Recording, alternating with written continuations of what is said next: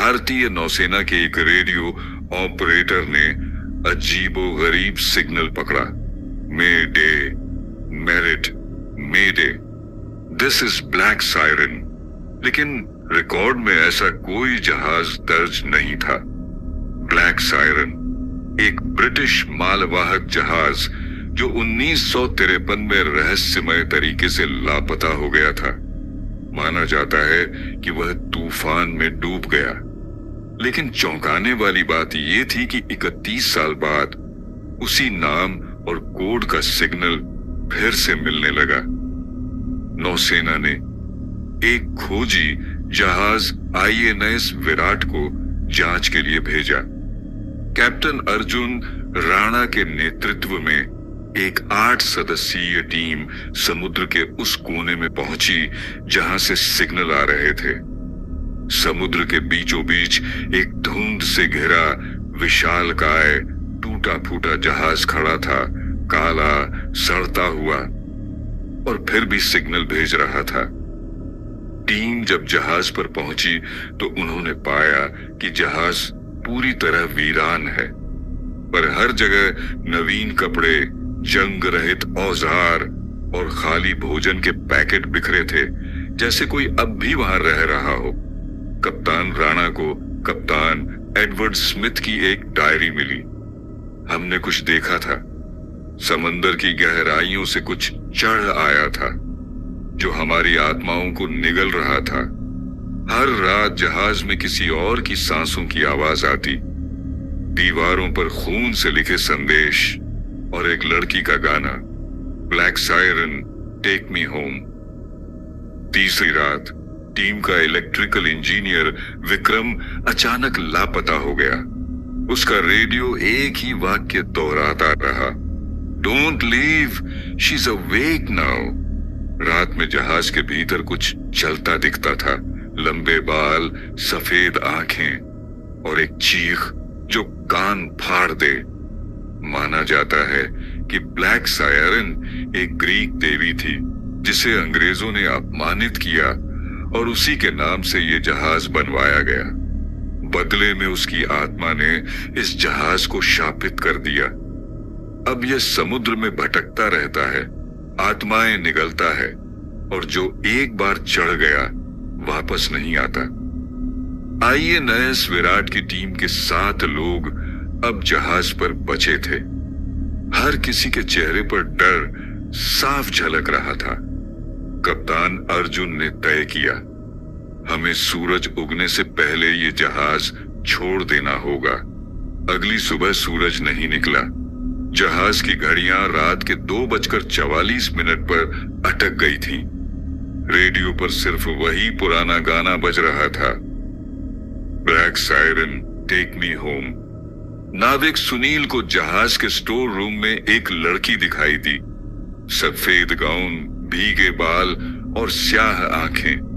वह मुस्कुराई और बोली, तुमने मुझे जगा दिया, अब कोई नहीं बचेगा। अगले ही पल सुनील की चीखें पूरी जहाज पर गूंज उठी।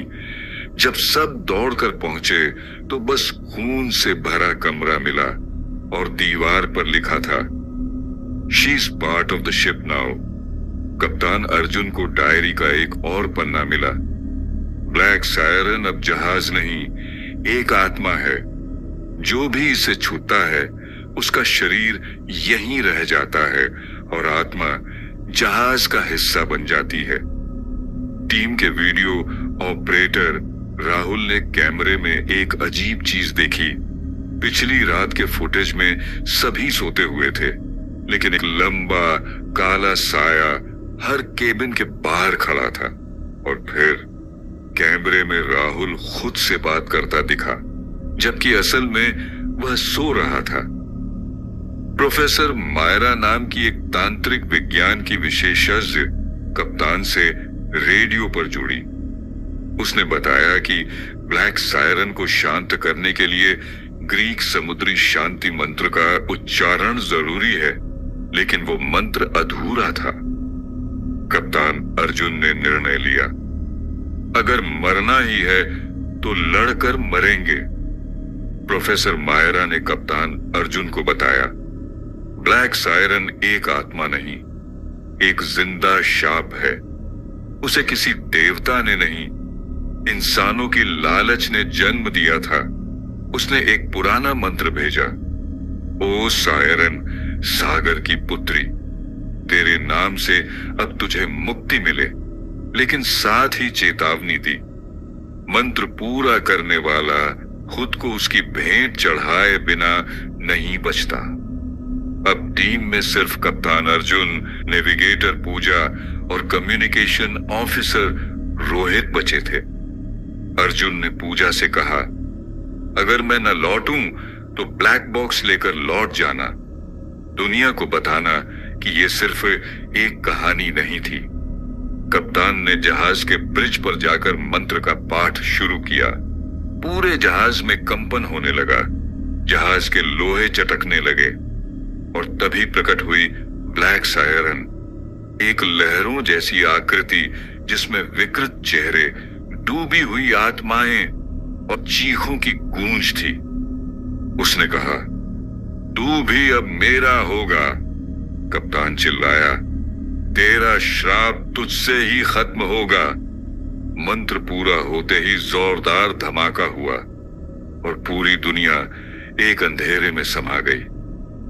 2 दिन बाद एक मछली पकड़ने वाली नाव को समुद्र में बहता हुआ ब्लैक बॉक्स मिला। उसमें एक ही आखिरी रिकॉर्डिंग थी, यह अर्जुन राणा है। ब्लैक सायरन को हमने रोक दिया, लेकिन मैं वहीं रह गया। अब वो सो रही है, लेकिन कब तक? 2024 अंडमान सागर के पास एक क्रूज शिप के रेडियो में फिर से वही सिग्नल सुना गया, मेडे, यह है ब्लैक सायरन,